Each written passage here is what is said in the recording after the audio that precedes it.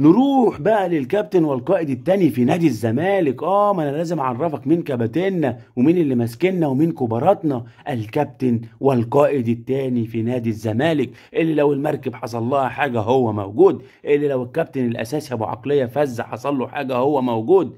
الكابتن عمر جابر. هنتكلم ولا ندروش ونسكت؟ نتكلم.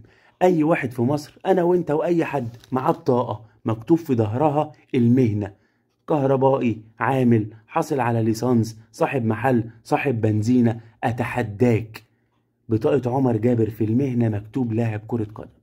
هي مش مهنته بس احسن من قعدته. لو قعدت تفكر مع نفسك، ادي لنفسك دقيقة بس.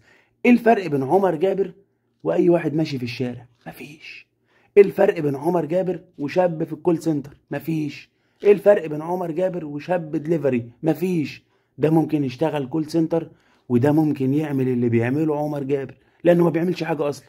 عمر جابر اللي بيلعب من 60 سنة، قرب يعتزل، بيلعب من ايام ما كنت انا في تانية ثانوي بذاكر فيزياء لحد النهاردة ما بيعرفش يعمل اوفر.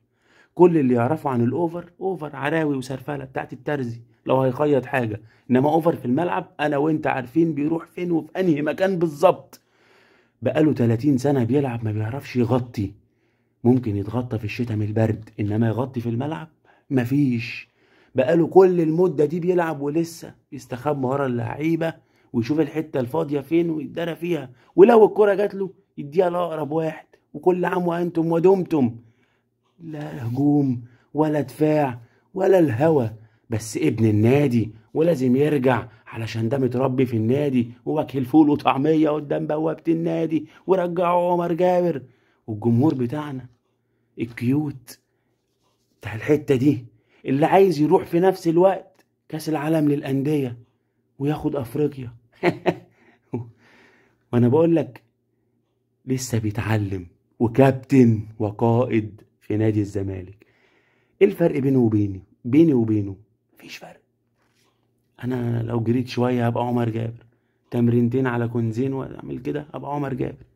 كل اللي معايا 300 جنيه. ايه الفرق بيني وبين عمر جابر؟ مفيش. ايه الفرق بينك انت اللي بتتفرج وبين عمر جابر؟ مفيش. وعايز تروح كاس العالم انديه وتلعب كبارات العالم؟ والله العظيم انت راجل طيب، بس مش عايز تتصارح مع نفسك، عايز تفضل كده، فخليك كده.